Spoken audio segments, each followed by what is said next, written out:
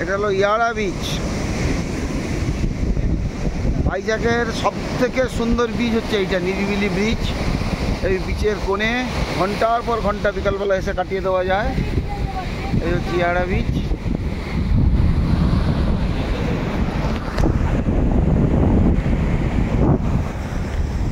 প্রাকৃতিক দৃশ্য খুব মনোরম।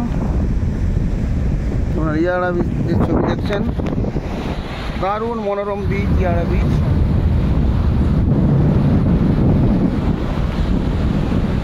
ভাইজ্যাগের এটা হচ্ছে সব থেকে সুন্দরতম বিচ।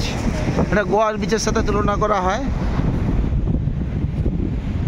এদিকে দেখছেন সব নৌকা দাঁড়িয়ে রয়েছে, সকালবেলায় সব নৌকা করে মাছ ধরতে যায়।